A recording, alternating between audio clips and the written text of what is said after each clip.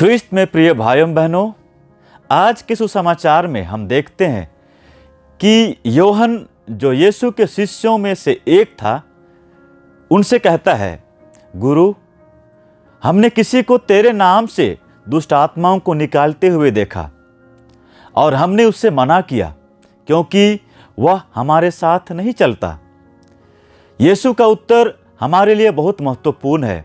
वे कहते हैं, उसको मना ना करो क्योंकि जो मेरे नाम से चमत्कार करता है वह हमारा विरोधी नहीं, वह हमारे साथ है। शिष्यों की प्रतिक्रिया यह दर्शाती है कि वे सोचते थे कि केवल वे ही प्रभु के मार्ग या तो प्रभु के कार्य कर सकते हैं और जो उनके समूह में नहीं था उसे यह अधिकार नहीं था। यह एक संकीर्ण मानसिकता को दर्शाता है जो हमें दूसरों को परमेश्वर की सेवा करने से रोकने की प्रवृत्ति देता है। लेकिन यीशु हमें सिखाते हैं कि जो भी उनके नाम से भलाई करता है वह उनके राज्य के लिए काम कर रहा है। हमें यह समझना चाहिए कि परमेश्वर केवल एक छोटे से समूह के द्वारा कार्य नहीं करते, बल्कि वे हर व्यक्ति को उपयोग कर सकते हैं जो उनके प्रेम और सत्य में चलता है। शिष्यों ने उस व्यक्ति को इसलिए रोका क्योंकि वे उसे अपने से अलग मानते थे। कभी कभी हम भी इसी प्रकार दूसरों की सेवा को महत्व नहीं देते और उनके कार्यों पर संदेह करते हैं। हमारे चर्च, समाज और परिवारों में भी यह देखने को मिलता है। कई बार हम सोचते हैं कि केवल हम ही सही हैं और दूसरों को परमेश्वर की सेवा में बढ़ते हुए देखकर हमें ईर्ष्या होती है।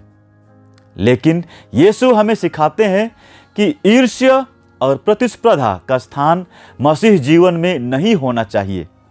यीशु हमें यह भी सिखाते हैं कि सच्ची एकता का अर्थ यह नहीं है कि सभी लोग एक ही तरह से कार्य करें या एक ही समूह में हों। सच्ची एकता यह है कि हम सभी मिलकर परमेश्वर के राज्य को आगे बढ़ाने में योगदान दें। कलीसिया के अंदर विभिन्न सेवाएं हैं। कुछ लोग प्रचारक हैं, कुछ शिक्षक हैं, कुछ गरीबों की सेवा करने वाले और कुछ प्रार्थना करने वाले। प्रत्येक व्यक्ति की अपनी अपनी अलग अलग भूमिका है, लेकिन सभी का उद्देश्य एक ही है, यीशु मसीह की महिमा करना और उनके प्रेम को फैलाना। हमें संकीर्ण मानसिकता, ईर्ष्या और प्रतिस्पर्धा से बचना चाहिए। जो भी प्रभु के नाम से भलाई कर रहा है उससे प्रोत्साहित करें, ना कि उसे रोकें।